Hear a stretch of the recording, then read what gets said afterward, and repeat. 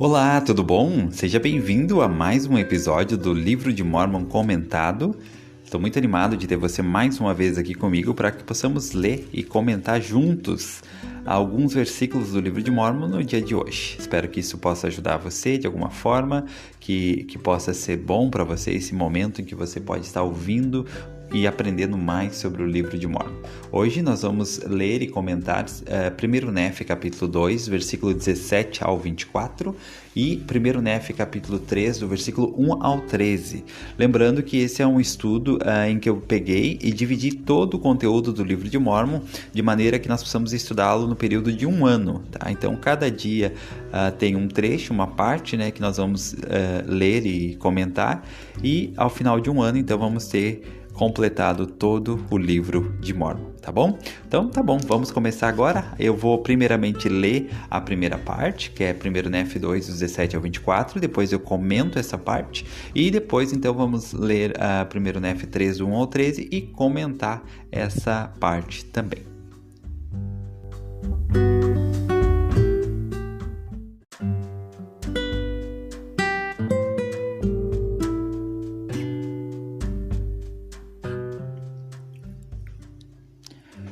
E falei a Sam, contando-lhe as coisas que o Senhor me havia manifestado por meio de seu Santo Espírito. E aconteceu que ele acreditou em minhas palavras.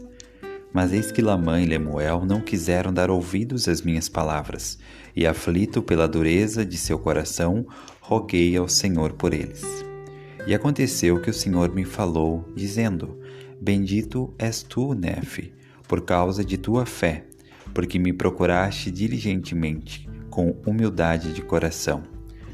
E se guardares meus mandamentos, prosperarás e serás conduzido a uma terra de promissão, sim, uma terra que prepararei para ti, sim, uma terra escolhida acima de todas as outras terras.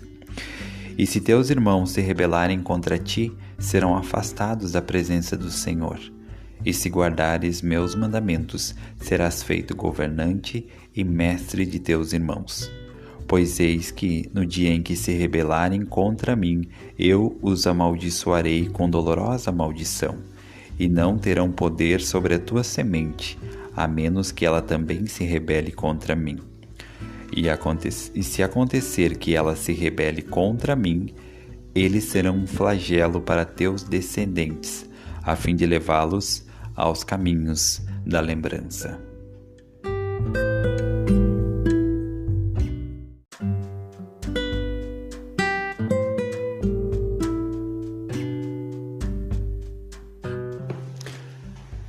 Muito bem, agora alguns comentários sobre esses versículos que nós acabamos de ouvir e algumas observações interessantes que podemos tirar, algumas lições que podemos tirar daqui. A primeira que me chama a atenção é no início, quando Nefe ele teve o seu testemunho, a sua experiência espiritual, e ele compartilhou com seus irmãos, compartilhou com Sam, e Sam recebeu muito bem, ele acreditou. Já Lamã e Lemuel, eles não quiseram nem dar ouvidos. Eles não queriam nem saber daquilo que Nefe queria compartilhar com eles. E eu acho muito interessante e linda a atitude que Nefe teve. Ele diz assim: Mas eis que Lamã e Lemuel não quiseram dar ouvidos às minhas palavras, e aflito pela dureza de seu coração, roguei ao Senhor por eles. Então Lamã e Lemuel, eles foram grossos, né? Foram uma pessoa grosseira, um comportamento grosseiro com Nefe, como parecia ser comum para eles. Eles rejeitaram Nefe, eles foram estúpidos, né? E é interessante que a atitude de Nefe foi um homem incrível. E o que Nefe fez? Diz que rogou por eles. Eu achei muito lindo isso, porque quantas vezes quando alguém nos ofende, nos magoa, nos machuca, nos incomoda, a nossa atitude normalmente é de ficar chateado com aquela pessoa, falar mal dela, mesmo que tenhamos toda a razão às vezes para fazer isso. Nefe não, Nefe orou por eles, né? Nefe rogou ao Senhor por eles diante da fraqueza deles. Então que nós, ao encontrar, e todos os dias nós vamos encontrar pessoas com suas próprias fraquezas, seja na nossa família, nossa casa e na igreja. Nós vamos encontrar pessoas com suas próprias fraquezas, assim como nós também temos as nossas, que nós possamos lembrar dessa atitude de Nefe. Nefe orou por Lamã e Lemuel quando foi atingido, né, pelas fraquezas deles, quando ele tinha todos os motivos para ficar justificando, né? Poxa, Lamã e Lemuel são muito ingratos, são muito infiéis, não querem saber, me magoaram, mas não, ele não ficou apontando o dedo para Lamã e Lemuel, mas ele diz aqui que orou por eles, né? E ele foi abençoado, né? O Senhor diz: bendito és tu, Nefe, por causa de tua fé, porque me procuraste diligentemente. Aí aqui de novo aparece essa palavra me procuraste, né? E eu acho muito lindo isso, como o Nefe, ele sempre estava nessa atitude de procurar ao Senhor, procurar a Deus. Então é um outro ensinamento que nós podemos ter. Devemos procurar ao Senhor durante o nosso dia a dia, durante a nossa vida, e procurar o Senhor nas coisas que têm acontecido na nossa vida hoje, procurar o Senhor na nossa família, procurar o Senhor nas pessoas com que nós nos relacionamos. E ter essa atitude de procurar a Deus em todas as coisas vai nos ajudar a encontrá-lo mais frequentemente. E quanto mais nós conseguimos identificar o Senhor na nossa vida, mais nós seremos abençoados. Tem uma escritura que diz: bem-aventurados puros de coração, porque eles verão a Deus. Então, que nós possamos ver Deus com mais frequência na nossa vida. E Nefe nos ensinou aqui. Ele falou que ele procurava o Senhor diligentemente. A outra parte que eu gosto muito é o versículo 20, que diz: e se guardares meus mandamentos, prosperarás, e serás conduzido a uma terra de promissão, sim, uma terra que prepararei para ti, sim, uma terra escolhida acima de todas as outras terras. Eu tive uma experiência com esse versículo logo que eu voltei da missão, que eu servi como missionário de tempo integral por 2 anos em Curitiba, na Missão Brasil Curitiba. Eu queria muito casar. O meu maior sonho, a minha maior meta era casar. E eu não tinha nenhum namorado na época, não tinha nenhuma perspectiva de quando e como isso ia acontecer. Mas um dia, lendo esse versículo, ele me deu uma inspiração muito forte. E eu senti a inspiração de trocar as palavras desse versículo, e elas ficaram assim. No meu caso, que queria casar, queria encontrar uma esposa, ficou dessa forma: e se guardares meus mandamentos, prosperarás, e serás conduzido a uma esposa da promissão, sim, uma esposa que prepararei para ti, sim, uma esposa escolhida acima de todas as outras esposas. E eu senti muito forte no meu coração que, por mais que naquele momento eu não tinha nem perspectiva de ter uma namorada, e quanto mais uma esposa, eu soube naquele momento que eu teria, porque o Senhor fez eu sentir no meu coração que eu teria. E foi usando esse versículo, lendo ele dessa forma, trocando as palavras. E você também pode trocar na sua vida esse versículo por aquilo que você mais está buscando ou desejando. Por exemplo, se você busca um trabalho, ou um trabalho melhor para sustentar a sua família, para ter mais autossuficiência, talvez você poderia ler esse versículo assim, ó: e se guardares meus mandamentos, prosperarás, e serás conduzido a um trabalho da promissão, sim, um trabalho que prepararei para ti, sim, um trabalho escolhido acima de todos os outros. Talvez você esteja buscando ter sua própria casa. Aqui Nefe era terra, né? Mas talvez seja a sua própria casa, ter uma casa própria, né? Não ter que pagar mais aluguel, enfim, ter a sua casa. E talvez você poderia usar esse versículo assim: e se guardares meus mandamentos, prosperarás, e serás conduzido a uma casa, sim, uma casa que prepararei para ti, sim, uma casa escolhida acima de todas as outras casas. Então esse exercício ele é muito legal, você trocar as palavras e aplicar eles na sua vida. E você percebe que o que faz a diferença, o que se mantém em todos os desejos é: se guardares os mandamentos, prosperarás e serás conduzido. Então, se nós guardamos os mandamentos, nós prosperamos e somos conduzidos àquilo que nós desejamos, que é justo e que é bom.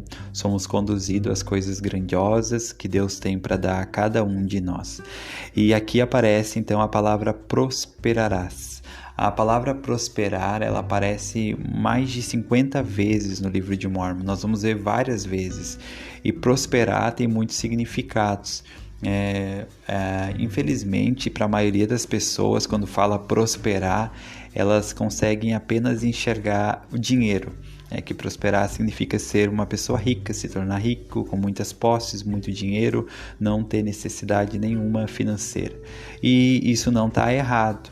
Prosperidade também ela pode envolver dinheiro, riqueza, ela envolve dinheiro e riqueza. Nas escrituras podemos ver vários casos, não é um nem dois, são vários e vários profetas que eram muito ricos, que tinham muitas posses. O próprio Leí aqui que nós estamos vendo nesse momento, ele tinha muitas posses e muitas terras. Nosso pai Abraão tinha muitas terras, Salomão tinha muitas riquezas, enfim, Jó tinha muitas riquezas quando ele perdeu seus bens.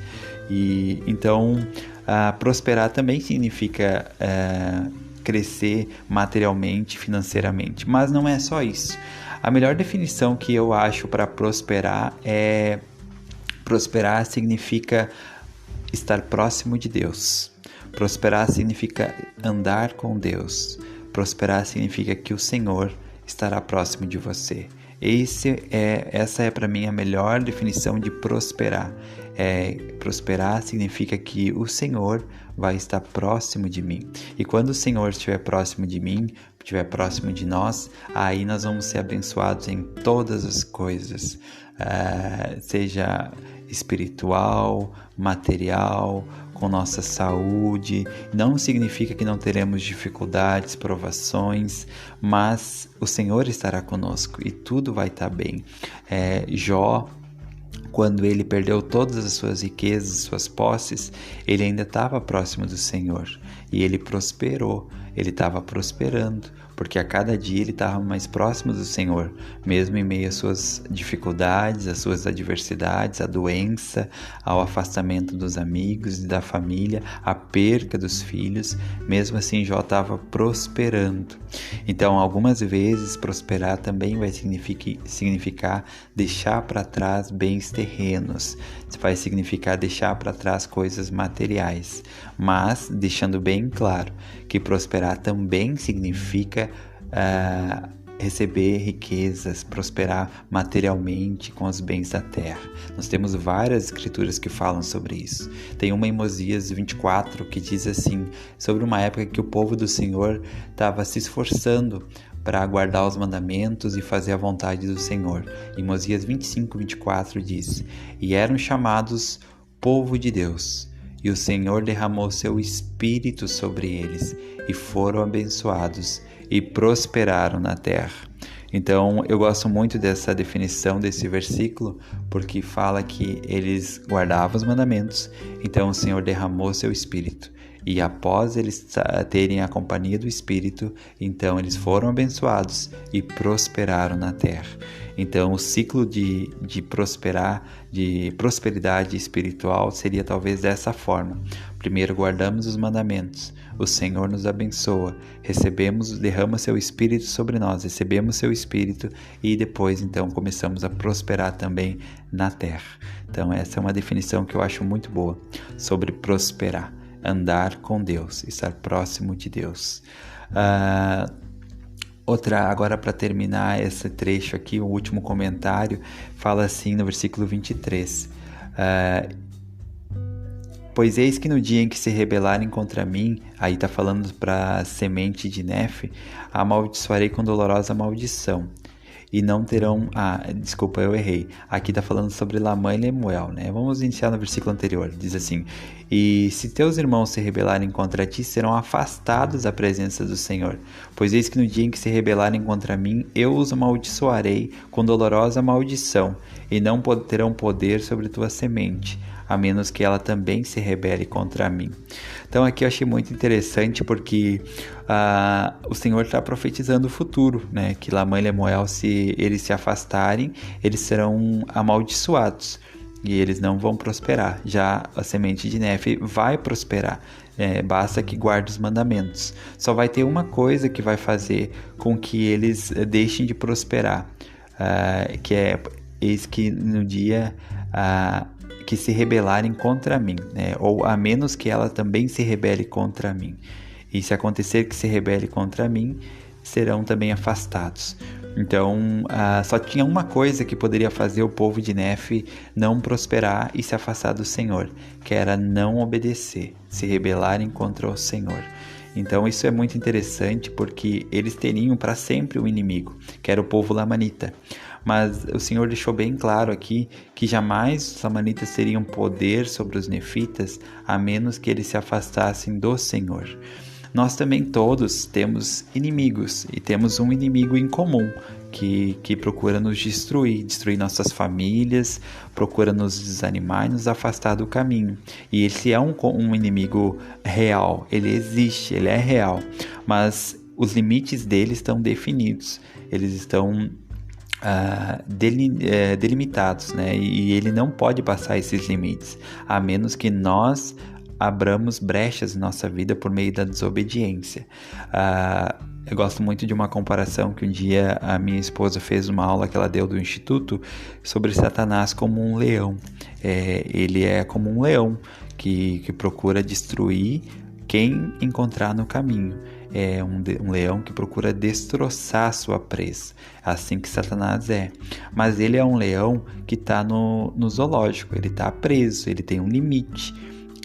E ele só vai poder nos pegar, né, nos avançar sobre nós, se ele passar aquele limite, que isso não pode acontecer, ou se nós sair fora do limite, se nós começar a entrar dentro do limite dele, dentro da gaiola dele ali, colocar o pé, colocar a mão, quando vê nós estamos todos lá dentro, o corpo todo, aí sim nós vamos estar sobre o seu poder, sobre a sua influência, e ele vai poder fazer com nós o que ele bem quiser.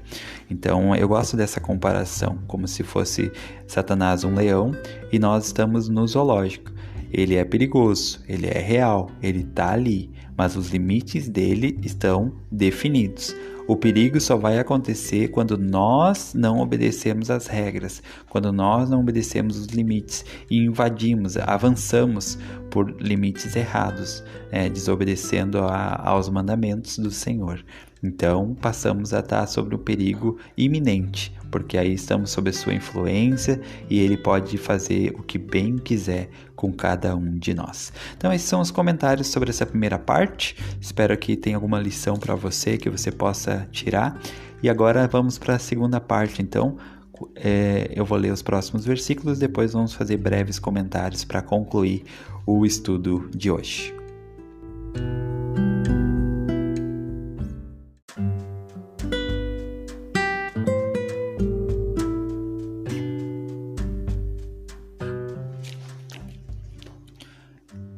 E aconteceu que eu, Nefe, depois de haver falado com o Senhor, voltei à tenda de meu pai. E aconteceu que ele me falou, dizendo: Eis que sonhei um sonho, no qual o Senhor me ordenou que tu e teus irmãos voltasses a Jerusalém. Pois eis que Labão possui o registro dos judeus e também uma genealogia de meus antepassados, e eles estão gravados em placas de latão. E ordenou-me o Senhor, portanto, que tu e teus irmãos fosseis à casa de Labão buscar o registro e os trouxesses aqui para o deserto. E agora, eis que teus irmãos murmuram, dizendo que lhes pedi uma coisa difícil, porém que não sou eu quem o pede, mas é uma ordem do Senhor. Vai, portanto, meu filho, e serás favorecido pelo Senhor, porque não murmuraste. E aconteceu que eu, Nefe, disse a meu pai: Eu irei e cumprirei as ordens do Senhor, porque sei que o Senhor nunca dá ordens aos filhos dos homens sem antes preparar um caminho pelo qual suas ordens possam ser cumpridas. E aconteceu que quando meu pai ouviu estas palavras, rejubilou-se, porque compreendeu que o Senhor me havia abençoado. E eu, Nefe e meus irmãos empreendemos viagem pelo deserto com nossas tendas para subirmos à terra de Jerusalém. E aconteceu que, tendo subido à terra de Jerusalém, eu e meus irmãos pusemo-nos a deliberar e lançamos sortes para ver qual de nós iria à casa de Labão. E aconteceu que a sorte caiu sobre Lamã. E Lamã foi à casa de Labão e falou com ele, enquanto estava sentado em sua casa. E pediu a Labão os registros que estavam gravados nas placas de latão, que continham a genealogia de meu pai. E eis que Labão se irou e expulsou-o de sua presença, e recusou-se a dar-lhe os registros. Portanto, disse-lhe: Eis que tu és um ladrão, e vou matar-te.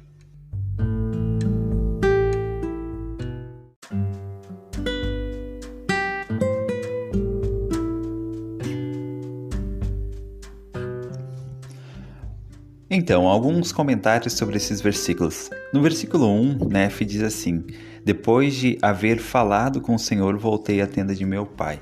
É interessante que Nefe, o tipo de oração que Nefe tinha, ele não disse, depois que eu estava orando, então eu desci à tenda do meu pai. Não, depois de haver falado com o Senhor. Então, que nossas orações possam ser uma conversa com Deus. Não algo mecânico, algo formal que fazemos no final do dia, apenas para dormir com a consciência tranquila, que fizemos nossa oração pessoal, mas que nossas orações sejam uma conversa com o Senhor, como Nefe, que falava com o Senhor e o Senhor falava com ele. Seguindo aqui depois, temos aquele episódio clássico, né, que Labão pede para Nefe e seus irmãos voltarem para Jerusalém para pegar as placas que continham uma genealogia dos antepassados de Leí. Então, Lamã e Lemuel, eles não queriam fazer. No versículo 5 diz, eles dizem que pediu uma coisa difícil. Eis, porém, que não sou eu quem pede, mas é uma ordem do Senhor.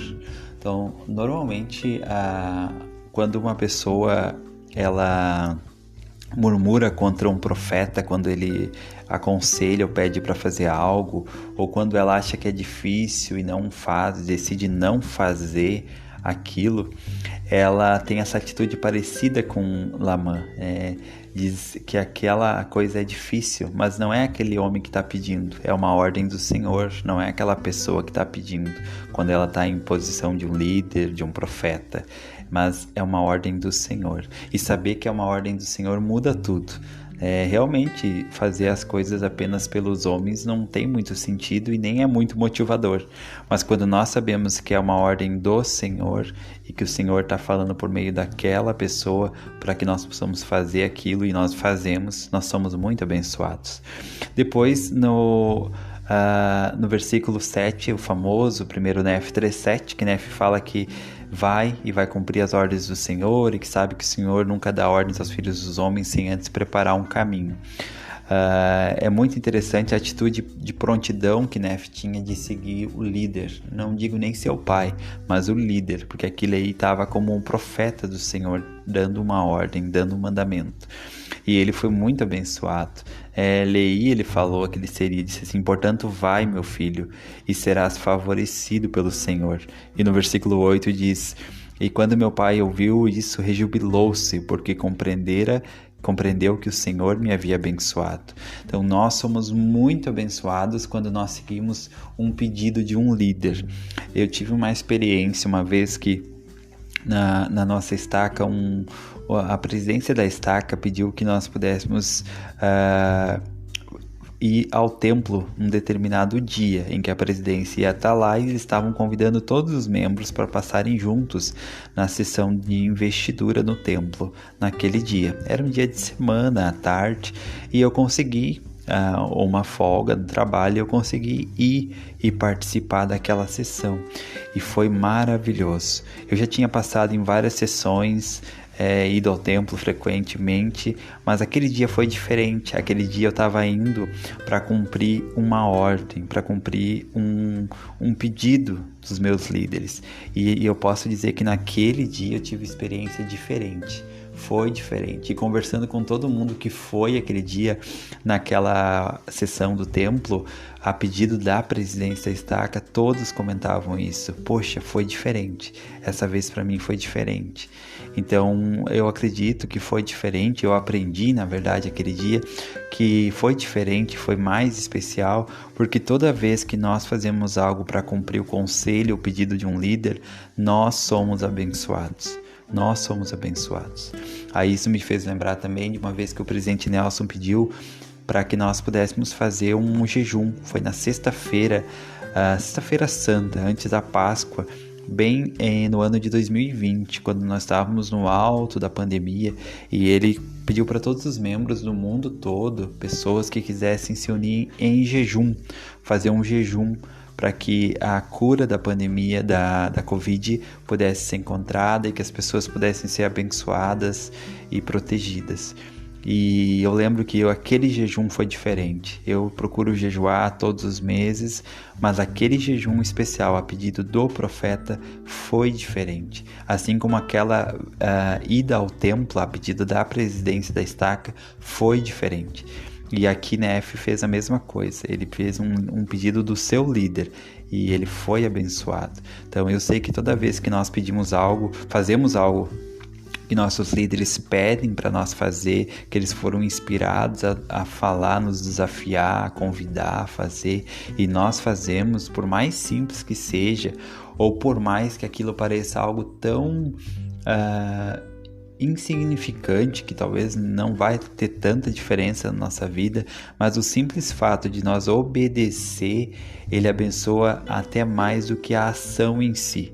A atitude de obediência, ela abençoa mais do que a própria obediência. É claro que não basta só ter atitude. A verdadeira atitude é quando nós fazemos. Então só a atitude de obedecer, o desejo de obedecer no coração já vai trazer bênçãos para nós. E aquela minha ida ao templo, eu recebi respostas que há muito tempo eu estava buscando. E eu recebi naquele dia que eu fui lá a pedido dos meus líderes. Eu fui abençoado na minha vida pessoal. Então isso foi algo que eu pude ver aqui com o Nef. E para concluir então, primeiro Nef 3.7, muitas pessoas sabem de cor. Eu só queria frisar um ponto aqui de primeiro Nef 3.7, que é: eu irei e cumprirei as ordens do Senhor. Então aqui Nef estava falando sobre a sua ida a Jerusalém pegar as placas, e Lamã e Lemuel, eles também foram. Lamã e Lemuel também foram.